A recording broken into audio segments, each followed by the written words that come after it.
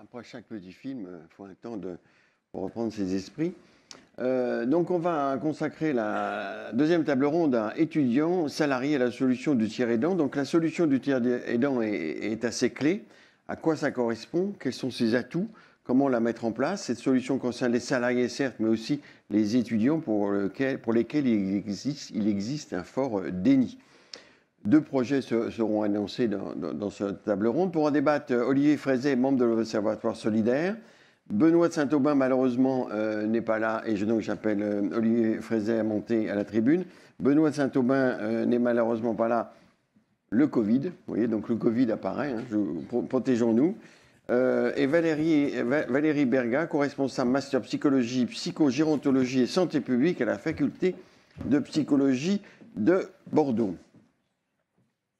Alors, Valérie Berga, tout d'abord, quelle est la situation des étudiants aidants? On n'en parle pas forcément beaucoup. C'est pas forcément plus simple. Et comme je disais, il y a souvent... Il ne faut pas toucher, je pense que ça va marcher. Mais il faut un petit temps.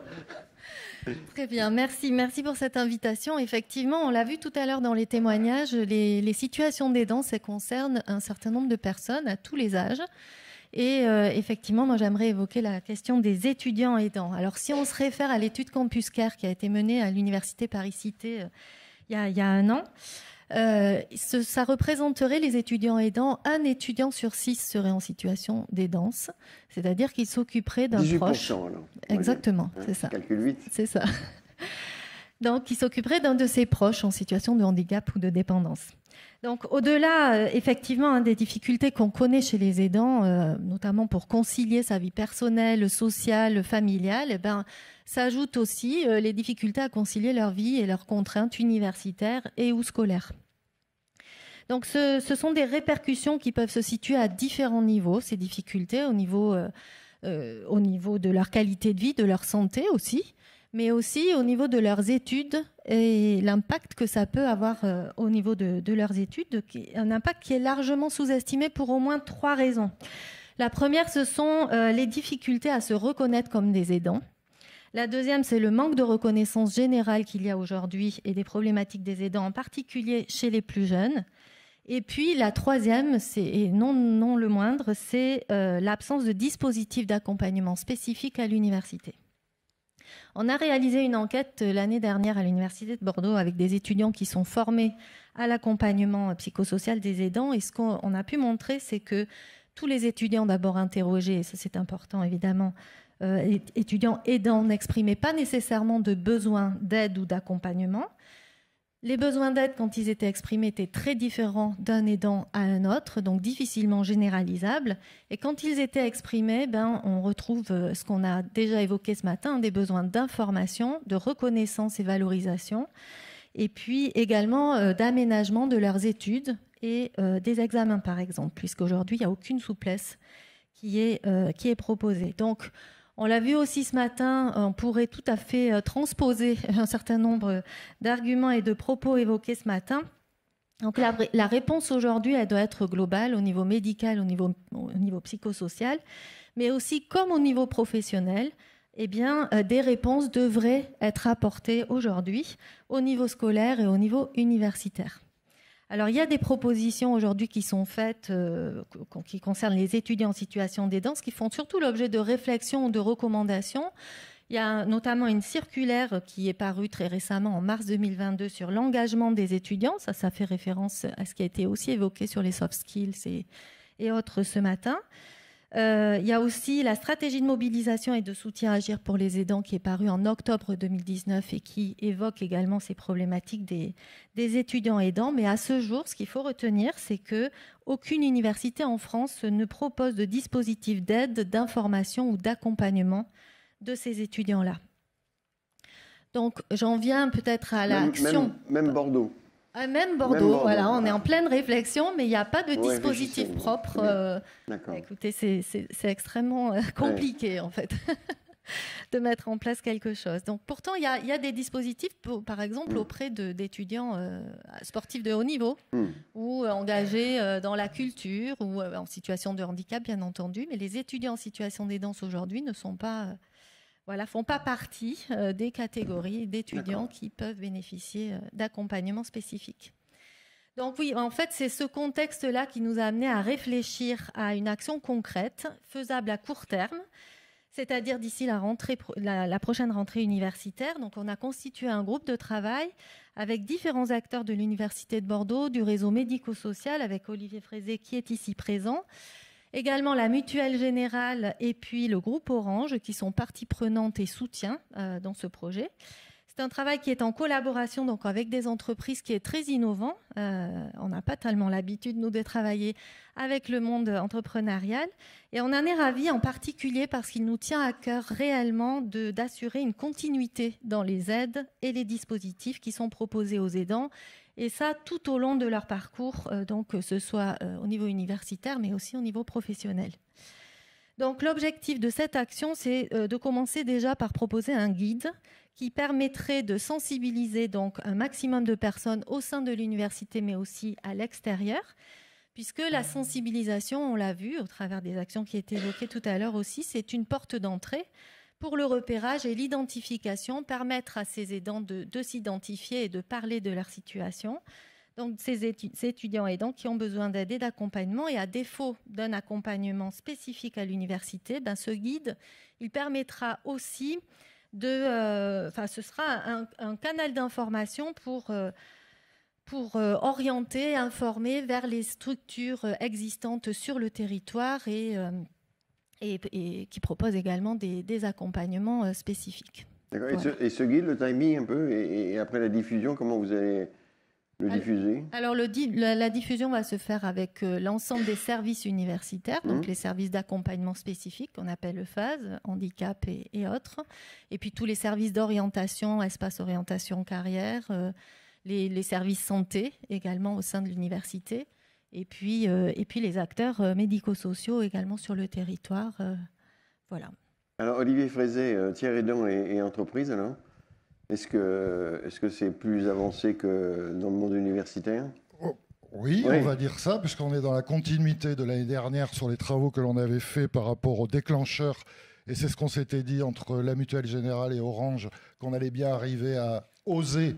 Vous avez employé, Madame Émeillé, un verbe qui me séduit énormément. L'avantage, c'est que vous le conjuguez. Vous avez osé, effectivement. Et là, effectivement, avec la Mutuelle Générale et avec Orange, on est dans cette phase-là de conjugaison. Oser faire quelque chose par rapport aux salariés aidants, oser à tous les trois, parce que je rajoute la fondation Maison de santé protestante Bagatelle, dans laquelle je suis salarié, créons un professionnel dédié qui va œuvrer pour les salariés aidants. On y est, on l'avait dit, on est dans l'action. Comment c'est venu? L'objet, c'est quoi? C'est la mise en place d'un tiers aidant. On en a parlé ce matin. On va rebondir, de toute façon, sur des mots qui ont été employés ce matin. Définissez-nous le tiers aidant. C'est le professionnel qui est dédié, effectivement, pour être auprès de la personne qui est en difficulté dans une situation d'aidance. C'est-à-dire une situation d'aidance, c'est quelqu'un qui s'occupe d'une personne dépendante, en reprécisant bien clairement les choses, et notamment tout le domaine de l'aidance.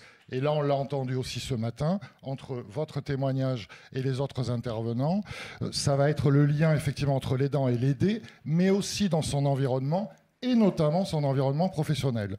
Et la cerise sur le gâteau de ce projet, et on l'a entendu ce matin aussi, c'est de permettre aux salariés de rester dans son emploi. Vous l'avez dit très clairement, et nous, c'est exactement la même philosophie au niveau de cette action. C'est un projet donc tripartite, et ça j'insiste là-dessus, et c'est une grosse fierté de se retrouver avec Orange d'un côté et les assistantes sociales, parce qu'on a mêlé les assistantes sociales à cette réflexion pour que ces deux métiers-là ne se marchent pas dessus. La Mutuelle Générale, avec son soutien notamment au niveau de l'Observatoire, mais aussi dans l'accompagnement du projet, parce que ce n'est pas un projet qui est sorti comme ça, il a fallu le travailler. Je vais vous l'expliquer très rapidement après. Oui, moi, je suis dans les temps. C'est pour ça que j'ai des notes, parce que sinon, ça partirait partout. Mais on est dans les temps, on est tranquille. Et du coup, on a fait un sondage. Oui. D'abord, au niveau des assistants de service social Orange, qui est quand même très pourvu à ce niveau-là. Je crois que c'est à peu près, monsieur de Saint-Aubin le dirait mieux que moi, mais à peu près 94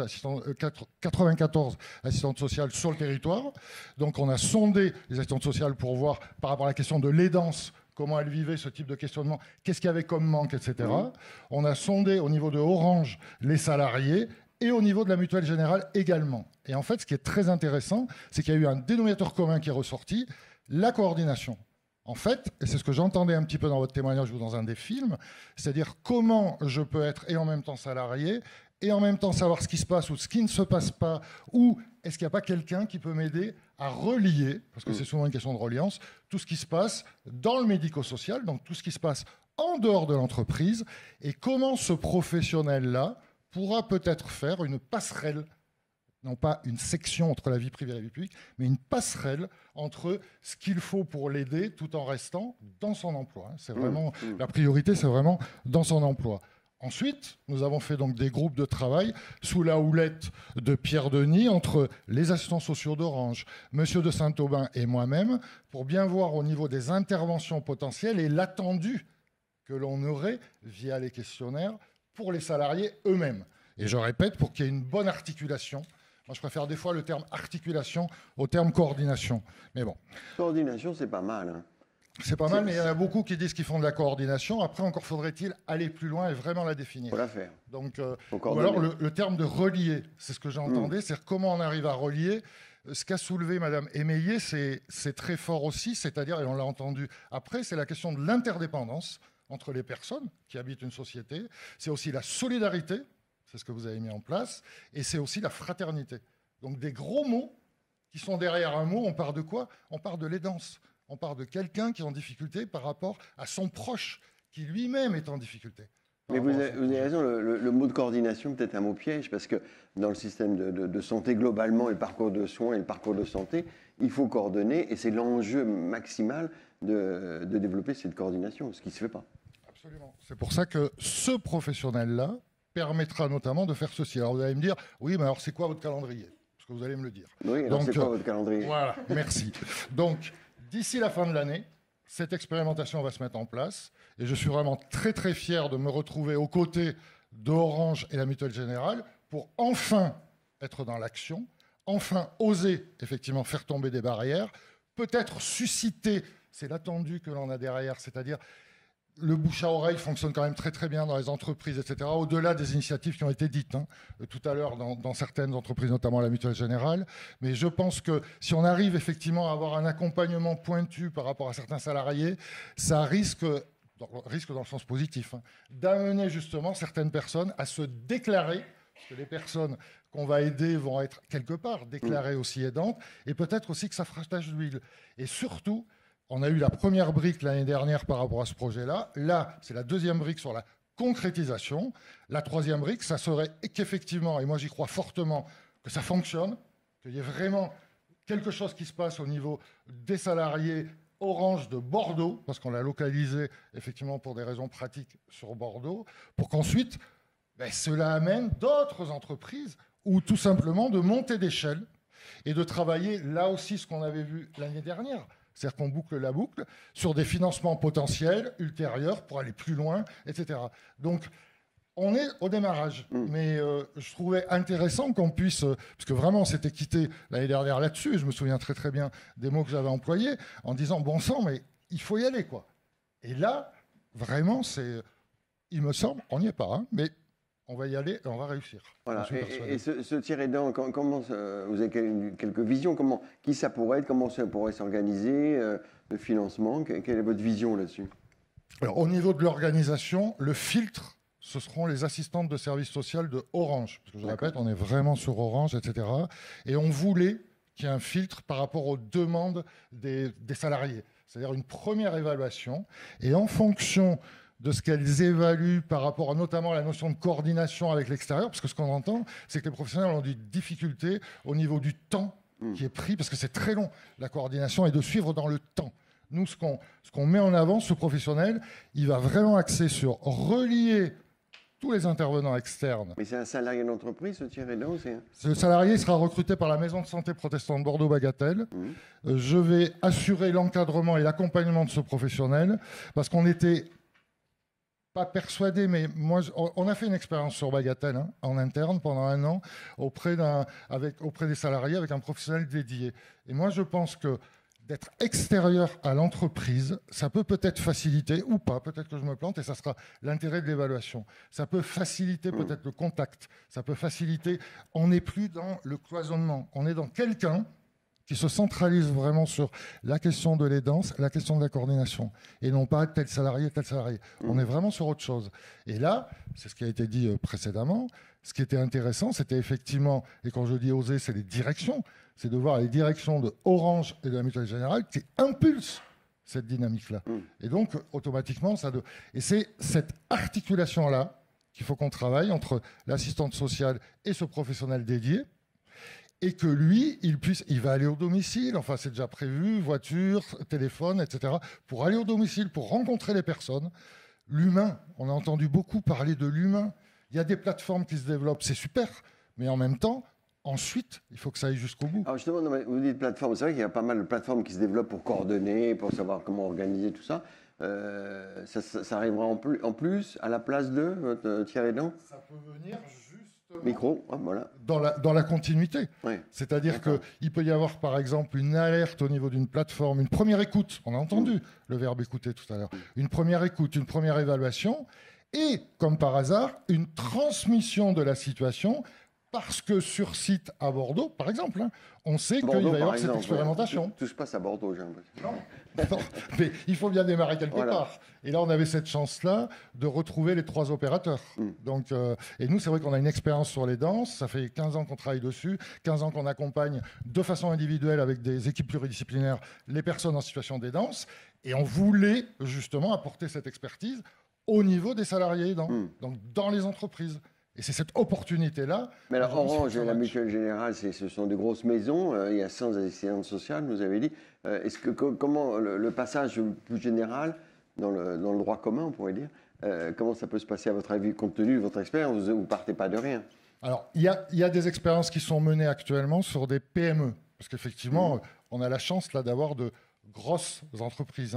Sur les PME, on essaye de mettre en lien justement les structures, pour qu'il y ait quelqu'un de dédié là aussi à la coordination, pour soulager les entreprises. Donc il y a une participation des entreprises directement. Mais il faut aller plus loin, c'est-à-dire que soit c'est une réelle cause, parce que j'entends beaucoup le terme de cause, et notamment des collectifs, dans lequel vous adhérez aussi le collectif Je t'aide, c'est-à-dire effectivement cette cause-là, au niveau des aidants, côté salarié, qu'on impulse des mesures peut-être nouvelles, financières, qu'on travaille sur les contrats de prévoyance, qu'on travaille sur plein de choses pour libérer effectivement une somme afin de pouvoir financer ce type de projet.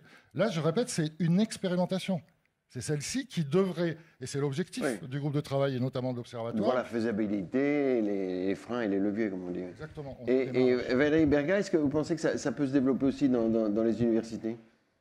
Ce type d'expérimentation, alors absolument. Non, de solution, enfin, qui commencerait par une expérimentation malgré tout, mais effectivement. On espère. Oui, tout à fait. Je pense que le lien, et d'ailleurs le service phase là, qui est le service d'accompagnement spécifique des étudiants en situation de handicap ou en situation particulière, disait très bien qu'il travaille déjà directement, dans le cadre du handicap par exemple, avec le milieu médico-social pour pouvoir envisager des solutions un peu globales et un peu intégrées. Donc oui, je crois que l'idée, c'est aussi, l'idéal, ça serait d'arriver à impulser un binôme avec un acteur au sein de l'université et un acteur du médico-social vraiment dédié à l'accompagnement psychosocial des aidants, pour permettre ce lien en fait entre l'université, les problématiques qui se posent au sein de l'université, mais aussi celles qui se posent de façon plus générale, puisque j'ai bien aimé l'introduction que vous avez faite dans le témoignage tout à l'heure, en disant, c'est vrai qu'on a été éduqués tous en séparant notre vie privée et puis notre vie professionnelle, mais finalement tout ça s'entremêle. Et donc une façon de faire aussi, c'est d'aider ces personnes à faire le lien entre tout ça et peut-être les accompagner. Donc je pense que dans la vie professionnelle, souvent, ce qui est bien, c'est qu'on oublie sa vie familiale. Absolument. Et inversement. Absolument. Donc on sort. Mais là justement, faut le réunir. Oui, tout à fait. Arriver à concilier, finalement, j'ai utilisé le terme de conciliation tout à l'heure, mais à concilier les contraintes et les atouts aussi, parce qu'on a vu qu'il y avait des atouts, mais les atouts qui émergent de part et d'autre dans la vie à la fois familiale, personnelle et professionnelle ou universitaire. Donc cette expérimentation va être mise en place avant la fin de l'année. Et après, ça va durer combien de temps? Les conclusions, c'est pour l'année prochaine. Vous viendrez ici en septembre et vous nous direz voilà ce qu'il faut faire. On part sur un contrat à la base de 3 mois. On va essayer sur 3 mois. Plus si affinité, on verra. Mais déjà, on part sur 3 mois. Et justement, on va œuvrer en amont pour vraiment avoir des indicateurs très clair par rapport à ce qui a été amené par rapport à la personne elle-même, donc par rapport aux salariés, par rapport à l'entreprise. Est-ce que ça a amené d'autres personnes à venir là aussi dans ce système-là? C'est tout ça qu'on va évaluer. Mais 3 mois et après, bien sûr, ça peut être l'objet d'une restitution l'année prochaine. Oui. Un mot de conclusion, chacune et chacun. À Bordeaux. À Bordeaux, écoutez, essayons de trouver des solutions qui soient suffisamment globales pour, en évitant de cloisonner peut-être effectivement les actions. On en parlait tout à l'heure au décours d'une conversation, mais je pense qu'il y a une multitude de petites actions. Il faut arriver maintenant à les mettre en lien peut-être. Je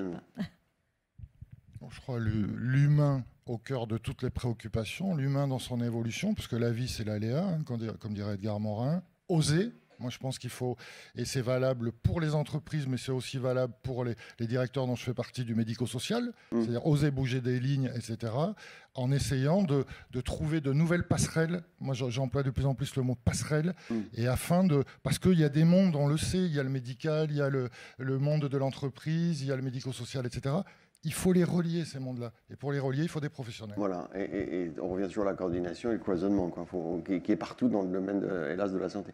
Merci beaucoup. Voilà, on peut vous applaudir.